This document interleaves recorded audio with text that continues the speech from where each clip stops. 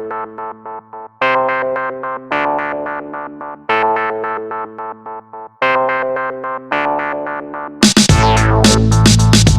here we go. Hey guys, welcome back to Adventures with Matt. We're doing Driving with Matt, episode 2 of season 2.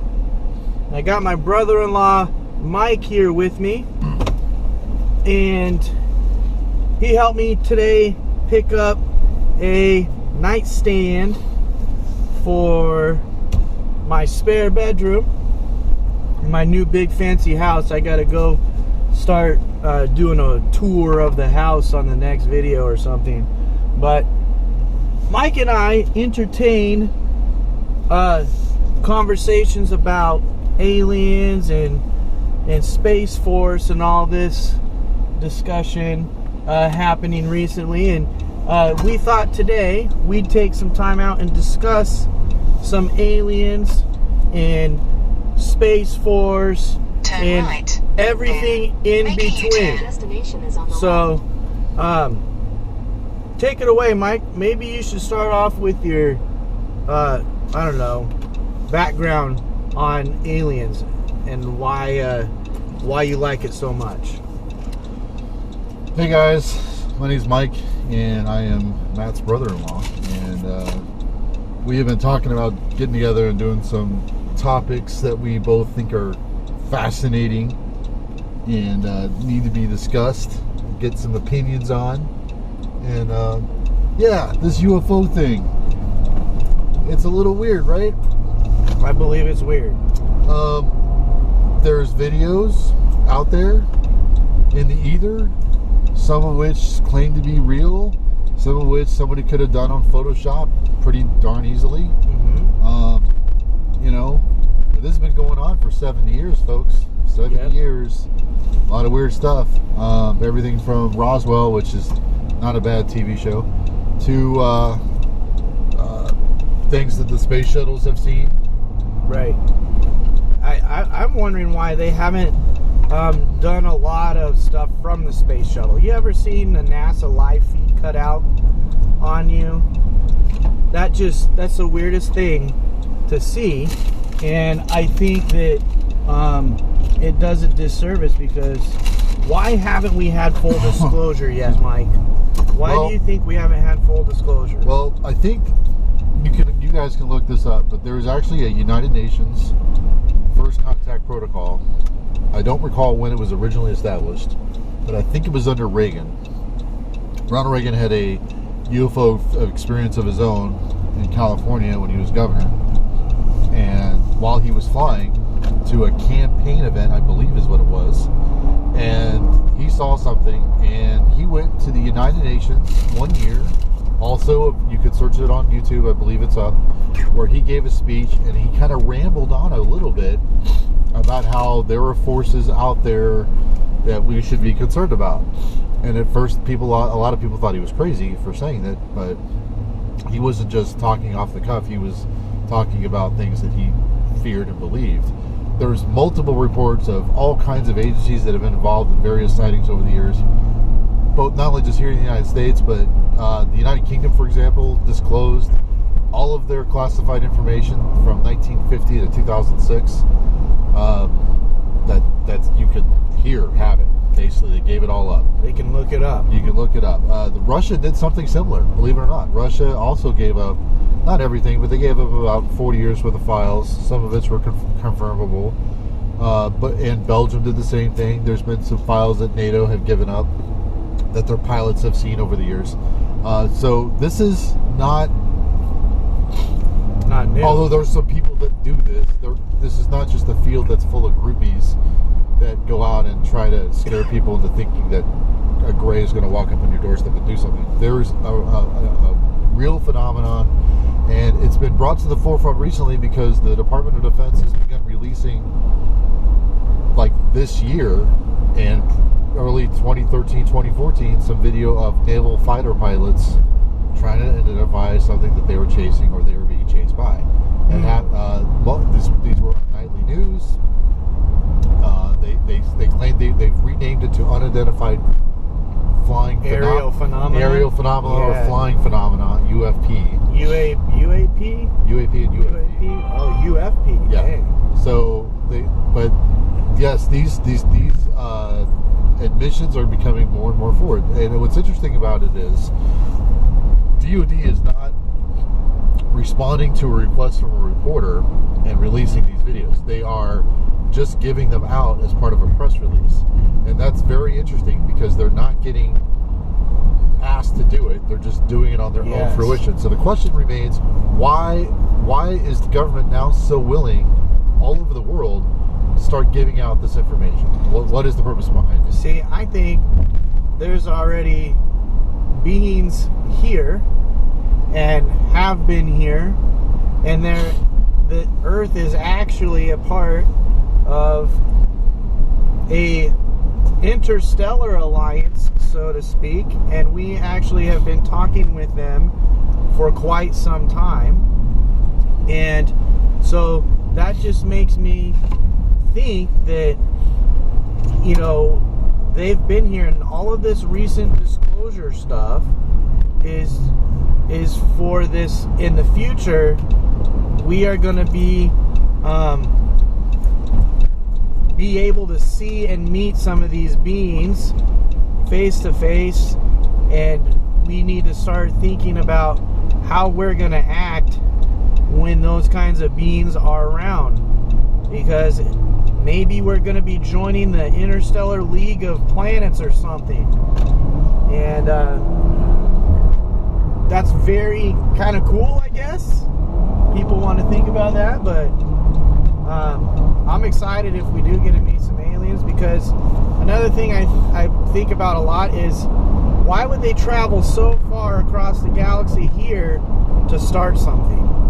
So I'm not really worried about them, you know, attacking us, but, you know, I'm ready to meet them if they're willing to meet me. It's an interesting idea. I'm an avid follower of astronomical stuff in general, and UFOs just kind of fall right in there. But it is weird that, at least on the public side, there hasn't been any indication of life anywhere else, right? Right. Nothing. We've sent probes out. We scour the skies. We've had a recent, what they call fast frequency burst happened last week. That hasn't happened. It only happened once before.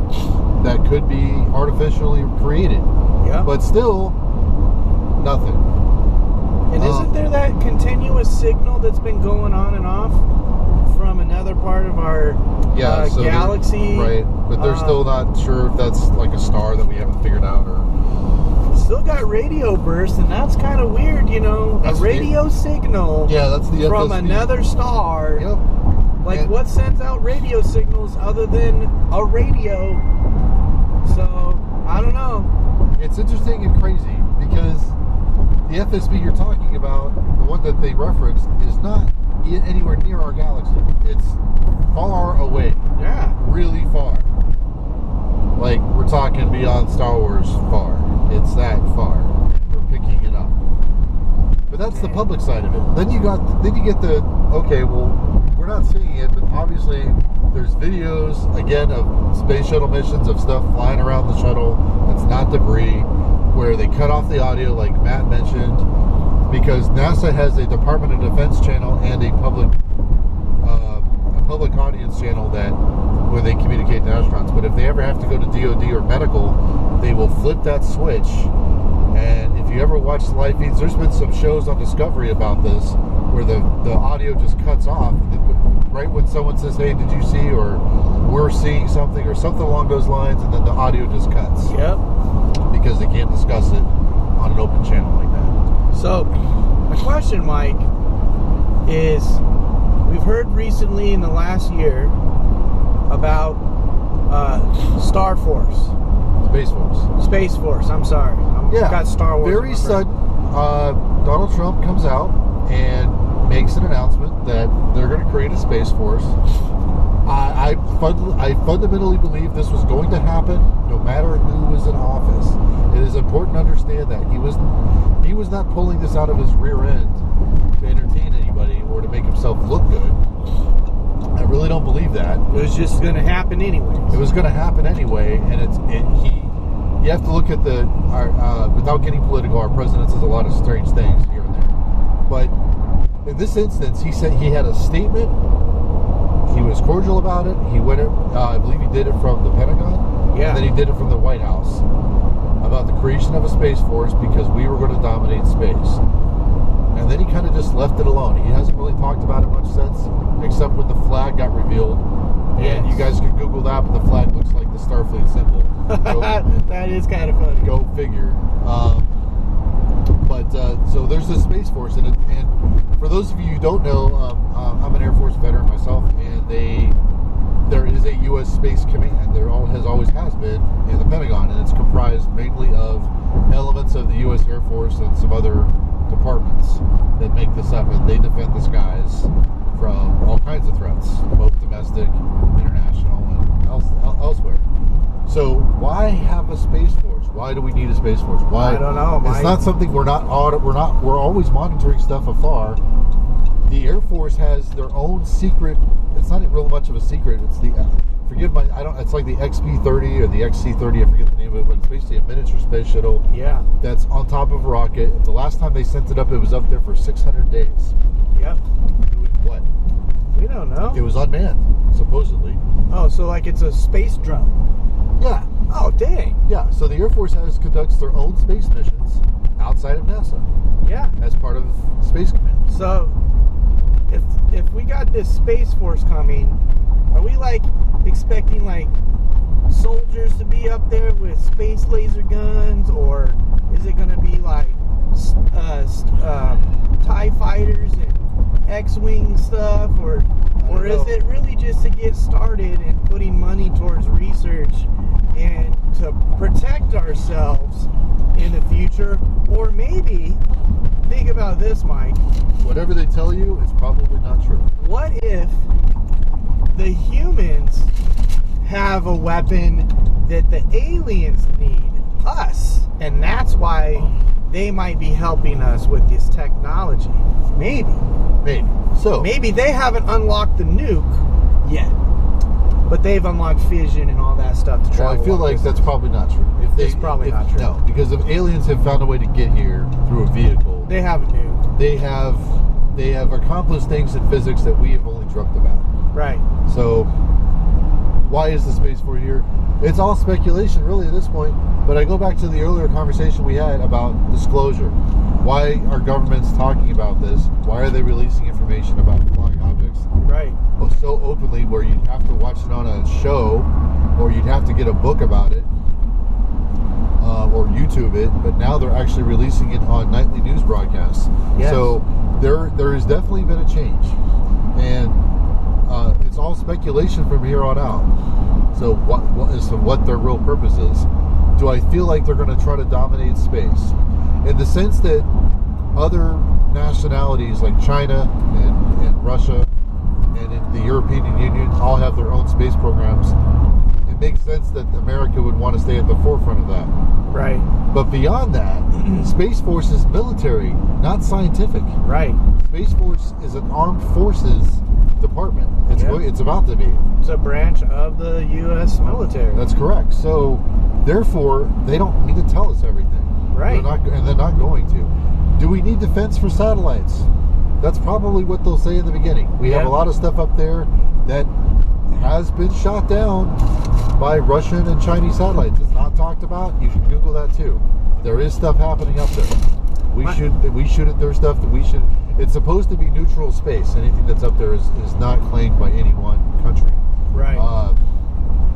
So it's not land. So how do you control an empty space?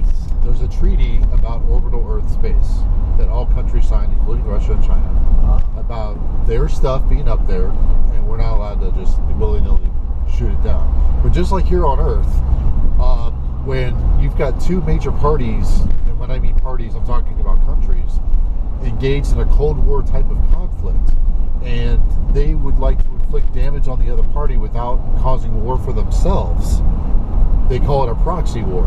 So you've got Iraq, or Iran rather, instigating a group called Hezbollah in Israel to make war on Israelis and U.S. allies. Yes. Well, that's what's called, that's proxy. It's fighting by proxy.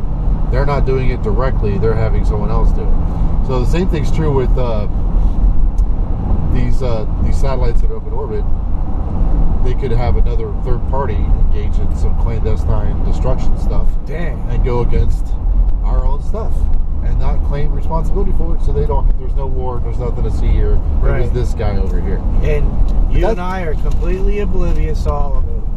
We're gonna go about our normal day, drive our car down the road, and do adventures with Matt on the YouTube, and we don't even know what's going on. So let's open it up to the forum. Why don't you guys in the comments talk about why you think there's a U.S. armed space force coming to defend against satellites? Do you think it's more than that?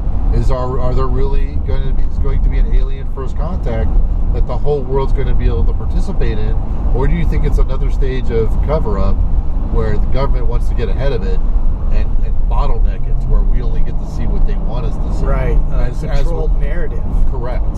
So let us know what you guys think, and we will bring up this discussion at a later time. Yes. And this has been an awesome discussion, Mike. Definitely we're going to have more in the future, but I think we'll leave you guys there on a cliffhanger, wanting more. This has been Adventures with Matt, Driving with Matt Season 2, Episode 2. Peace out.